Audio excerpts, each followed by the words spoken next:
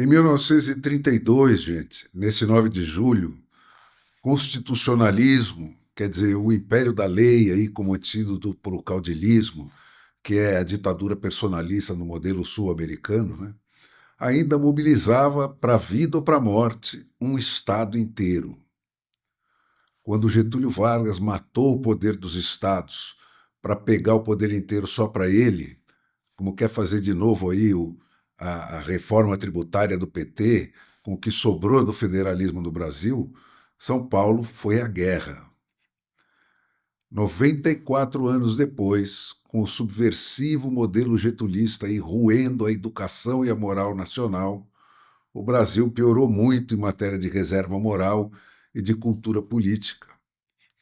Se antes havia pelo menos uma elite empurrando o país para padrões civilizados, hoje a elite, com raras exceções, é constituída pelos que se adaptaram e prosperaram sob o getulismo.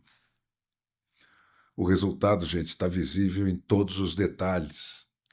Nós somos o país dessa seleção geleia que nos envergonhou diante da raça argentina. Nós somos o país do jornalismo geleia, do Estado de Direito geleia. Mas presta atenção, gente. Nenhuma dessas coisas acontece sem a outra. Está tudo interligado.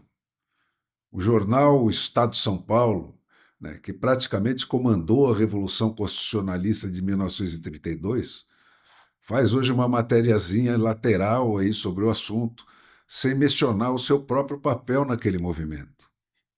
E pior, esconde o nome do Júlio de Mesquita Filho, que foi o líder civil da Revolução e que pagou por isso com a expulsão da rede social da época, a desmonetização extensiva à família pelo confisco do jornal onde ele ganhava o pão e com a privação de ver os filhos dele crescerem em 2 exílios sucessivos. Aquele jornal que foi republicano no Império, abolicionista na São Paulo dos Barões do Café, civilista na ditadura do Floriano, constitucionalista na ditadura do Getúlio, que combateu o nazismo e combateu o comunismo nos momentos exatos em que cada um deles estava dominando o mundo e se levantou contra a censura e pela redemocratização na ditadura militar.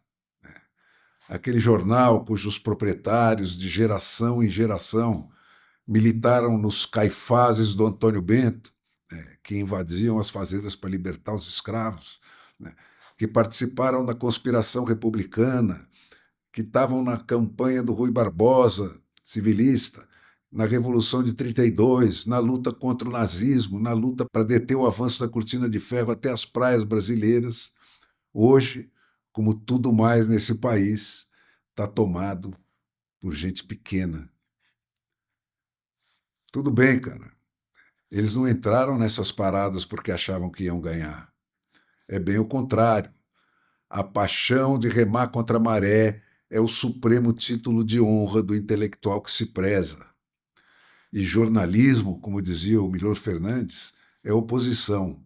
O resto é armazém de secos e molhados. A vida é uma luta e a de hoje é a mesma da deles, só que partindo cada vez mais de trás, né? Esse jornal que pendura no peito a marca que esses gigantes criaram, diz no seu editorial desse 94º aniversário do movimento de 32, que o antagonista de Lula é que disserve o país, por ir batalhar lá contra as tarifas nos Estados Unidos. Do que decorre, por exclusão, né, a 90 dias da 5ª tentativa de reeleição do filho puro sangue do sindicalismo canalha do Getúlio, né, que o ladrão que já está roubando o futuro do país, porque do presente não resta mais nada, é quem serve o país. O Lula, gente, é o produto puro de origem, né, do trabalhismo canalha que o Getúlio Vargas importou do fascismo para corromper a base da sociedade brasileira. Aquele minta, traia, trapaceie que o governo garante do Getúlio, né, e dos seus tribunais do trabalho, né, evoluiu para a versão mais bandalha ainda do mame, corrompa, parasite, roube que o governo garante, desse Lula aí que pôs a lei a serviço do crime e o Tesouro Nacional a serviço da perpetuação dele no poder. 94 anos depois, o Brasil, gigante pela própria natureza, se tornou um país pequeno, governado por gente pequena, servido por donos de jornais e por jornalistas pequenos e que jogam futebol pequeno, porque, eu repito, nenhuma dessas coisas acontece ou permanece acontecendo sem a outra.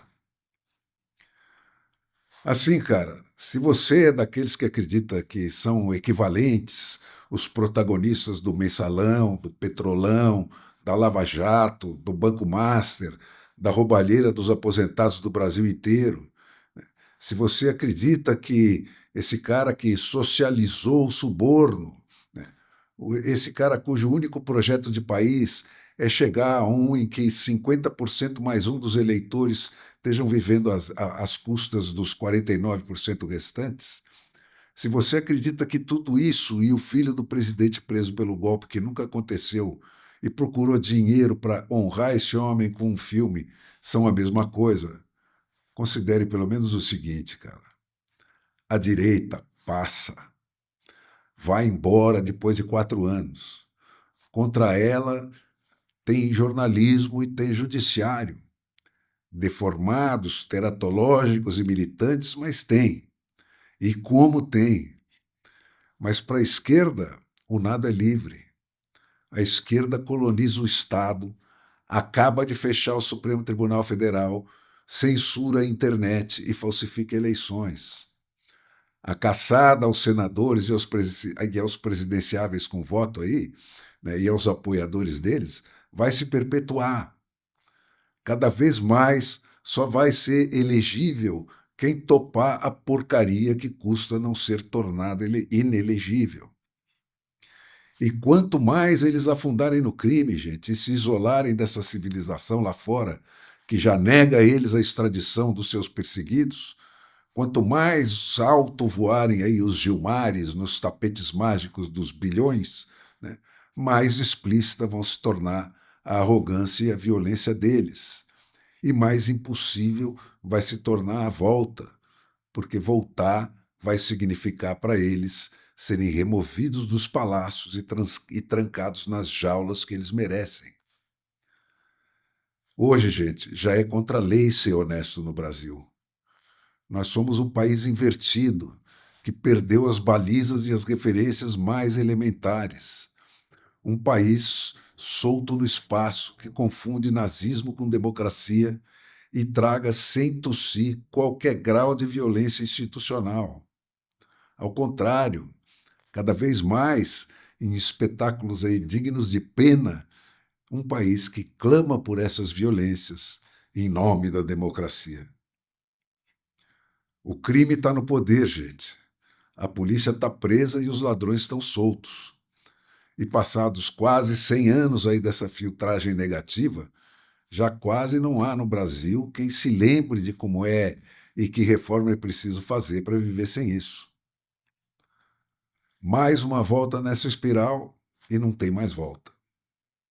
Portanto, cara, desde já, pense bem, pense muito bem no que você vai fazer com o seu voto.